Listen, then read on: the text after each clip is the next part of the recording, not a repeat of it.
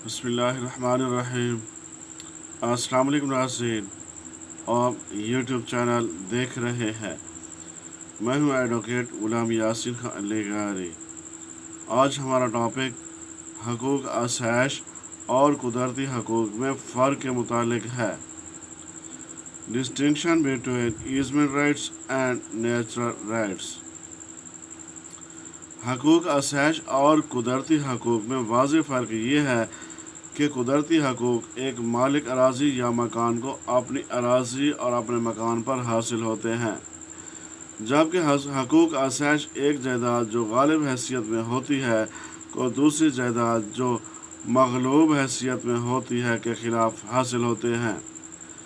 गोया कुदरती हकूक़ का ताल्लुक़ एक ही जायदाद से होता है, जबकि हकूक़ आसाइश का ताल्लुक़ दो जायदादों से होता है। हकूक़ आसाइश के नफाज से चूँकि कुदरती हकूक़ मुअत्तल हो जाते हैं, इसलिए हकूक़ आसाइश को कुदरती हकूक़ पर बरतरी और फ़ौक़ियत या गालिब हैसियत हासिल होती है। हकूक़ आसाइश कुदरती हकूक़ पर एक किस्म की पाबंदियों का नाम है। कुदरती हकूक़ को एक अराज़ी से दूसरी अराज़ी की मलकियत में जब कुलन या जुज़वन दे दिया जाता है तो कुदरती हकूक़ की जगह हकूक़ आसाइश जन्म लेते हैं।